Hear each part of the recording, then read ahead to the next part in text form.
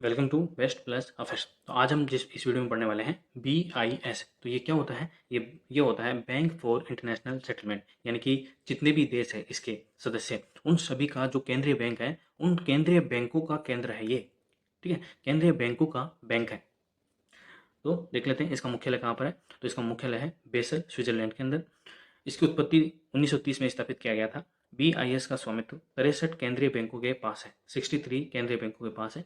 ये केंद्रीय बैंक दुनिया भर के उन देशों का प्रतिनिधित्व करते हैं जिनकी वैश्विक GDP में कुल हिस्सेदारी लगभग 95% है। भारतीय रिजर्व बैंक BIS के शेयरधारकों में से एक है। तो ये इंपॉर्टेंट क्वेश्चन हो जाता है कि निम्न में से क्या भारतीय बैंक भी BIS यानी कि बैंक फॉर इंटरनेशनल सेटलमेंट के शेयरधारकों में से एक है? तो बिल्कुल ये कथन सत्य माना जाएगा। अब इसका उद्देश्य क्यों है, क्यों इसका निर्माण किया गया? BIS का कार्य अंतर्राष्ट्रीय सहयोग के माध्यम से केंद्रीय बैंकों की मौद्रिक और वित्तीय स्थिरता को हासिल करने में सहायता करना है। यह केंद्रीय बैंकों के लिए एक बैंक के रूप में कार्य करता है। जैसे कि इंडिया है, अब इंडिया के अंदर छोटे छोटे बैंक है, ठीक है, और उन सभी बैंकों का जो बैंक होता है, इनकी बैंकों के लिए जो बैंक होता है वो है RBI।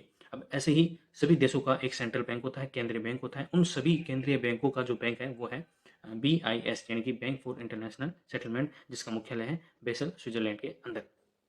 तो अब तक आपको क्या क्या बातें याद रखनी है? एक तो इसका फुल फॉर्म याद रखना है, दूसरा इसका मुख्यालय कहाँ पर है, तीसरा इसकी स्थापना कब की गई थी, और चौथा कि भारतीय रिजर्व बैंक BIS के शेयरधारकों में से एक है। नेक्स्ट है इसका कार्य क्या है। तो यह सदस्य बैंकों का संवाद, अंतर्राष्ट्रीय सहयोग, जिम्मेदारीपूर्ण नवाचार और ज्ञान साझाकरण हेतु एक मंच प्रदान करता है। यह अपने सदस्यों को गहन विश्लेषण, प्रमुख नीतिगत मुद्दों पर अंतर्दृष्टि और प्रतिस्पर्धी वित्तीय सेवाएं भी प्रदान करता है। अन्य प्रमुख तथ्य देख लेते हैं BIS के बारे में। इसके 2 प्रतिनिधि कार्यालय हैं, ठीक है, 2 प्रतिनिधि कार्यालय हैं जो हांगकांग SAR और मैक्सिको सिटी में अवस्थित हैं। इसके अलावा दुनिया भर में इसके इनोवेशन हब सेंटर हैं।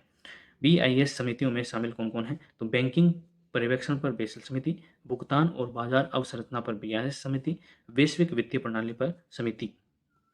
तो ये था BIS यानी कि बैंक फॉर इंटरनेशनल सेटलमेंट। हमने देखा इसका मुख्यालय कहाँ पर है, इसकी उत्पत्ति, उद्देश्य, कार्य और अन्य प्रमुख तथ्य। ठीक है, आई होप आपको ये पसंद आया होगा। Thank you.